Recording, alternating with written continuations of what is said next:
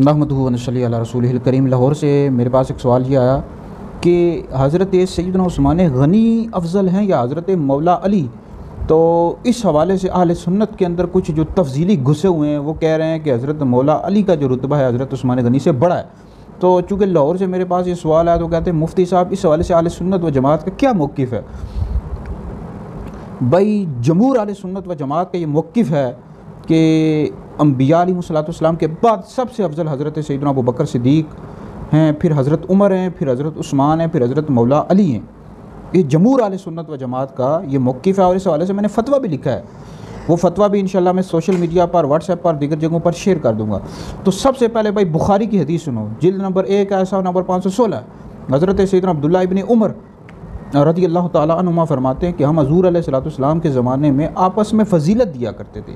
सबसे अफजल हम सहाबा में हज़रत अबू बकर सिद्दीक़ रज़ी अल्लाह ताला अन्हु को समझते थे, फिर हज़रत उमर को, फिर हज़रत उस्मान को। ये बुखारी है, जिल्द नंबर 1 है, सफ़ा नंबर 516 है।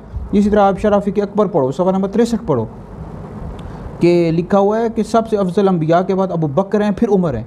और यही तरतीब उस्मान और अली में भी है, यानी तीसरे नंबर पर उस्मान है, फिर चौथे नंबर पर अली हैं। इसी तरह फतवा रज़विया पढ़ो, जिल्द नंबर 28 पढ़ो भाई, सबसे अफजल अम्बिया के बाद अबू बकर हैं, फिर उमर हैं, फिर उस्मान हैं, फिर अली हैं।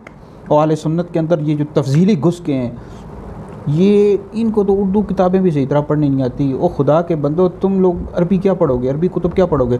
अहले सुन्नत की जो अकायद की कुतुब हैं ये तुम लोगों ने पढ़ी हैं कभी?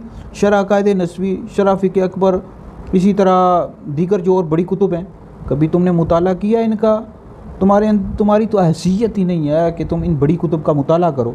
उर्दू किताबें भी नहीं पढ़ सकते हो, अपनी तरफ से शियों की किताबें पढ़ते रहते हो, राफ़ज़ियों की किताबें पढ़ते रहते हो, और वहाँ से जो उनका मौक़िफ़ है वो अहले सुन्नत के अंदर बताते रहते हो कि हज़रत अली का रुतबा हज़रत उस्मान से बड़ा है। ऐसी हरगिज़ भी कोई बात नहीं है भाई।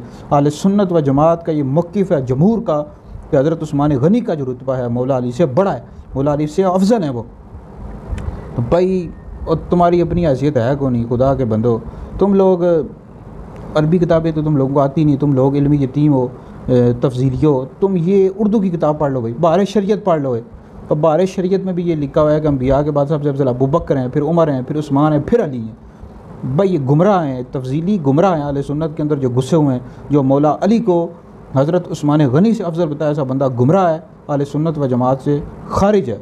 और उसको हरगिज़ भी आप इमाम ना रखें, और अगर कोई ख़तीब है उसको ख़तीब भी ना रखें, उसको ख़ताबत से भी हटा दें। कोई मुदर्रिस है उसको तदरीस से हटा दो, जिसका इस तरह का कोई अक़ीदा रखता है। तो इसी तरह अगर कोई अबू बकर और उमर से भी अफजल बताता है तो ऐसा शख्स भी गुमराह है, अहले सुन्नत से खारिज है। भाई इन तफजीलियों को अहले सुन्नत से निकाल दो, ये गुमराह हैं और सारे लोगों को ख़राब कर रहे हैं। तो लिहाजा इस हवाले से मेरा फ़तवा भी है, वो फ़तवा भी इंशाल्लाह मैं शेयर कर दूँगा। इस वीडियो को आप लोग सुनकर और शेयर करें, यह आपके लिए बहुत बड़ा सदका जारी है।